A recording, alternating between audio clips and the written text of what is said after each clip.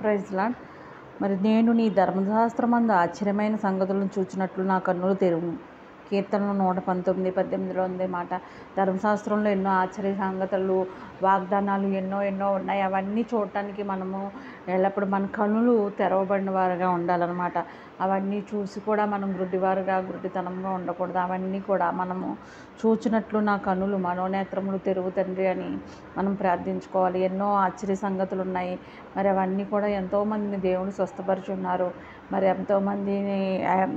ఎంతోమంది కుంటివారిని, మోగవారిని, గుడ్డివారిని స్వస్థపరుచున్నారు. కాబట్టి మనం ఎప్పుడు కూడా మన మనోనేత్రములు ఎప్పుడు కూడా ఆయన ఆశ్చర్యమైన సంగతులను చూచినట్లు దాన్ని తెరువు తండ్రి అని ప్రార్థించాలన్నమాట. నాకు మొరపెట్టము, నీకు ఉత్తరం ఇచ్చేదను, నీవు గ్రహింపలేని గొప్ప గూఢమైన సంగతులను నీకు తెలియజేస్తాను. ఈ సంగతులు తెలియజేయడం కోసం మన మనోనేత్రాలు మరి తెరవబడి ఉండాలి కదా.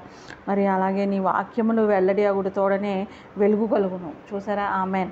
అవి తెలివి లేని వారికి తెలివి కలిగించును. కీర్తనలో 119 130 ఉంది మాట. తెలివి లేని వారికి తెలివి కలిగించేవి, జ్ఞానం కలిగించేది మరి ఏంటన్నమాట మన ప్రభువైన యేసుక్రీస్తు వారి మాటల మాట. ఆ మాటల కొరకు మనము ఆశ్చర్యమైన సంగతులను గ్రహించడం కొరకు మన మనోనేత్రాలు తెరవాలని ప్రార్థిద్దామా? ఆమెన్. హల్లెలూయా.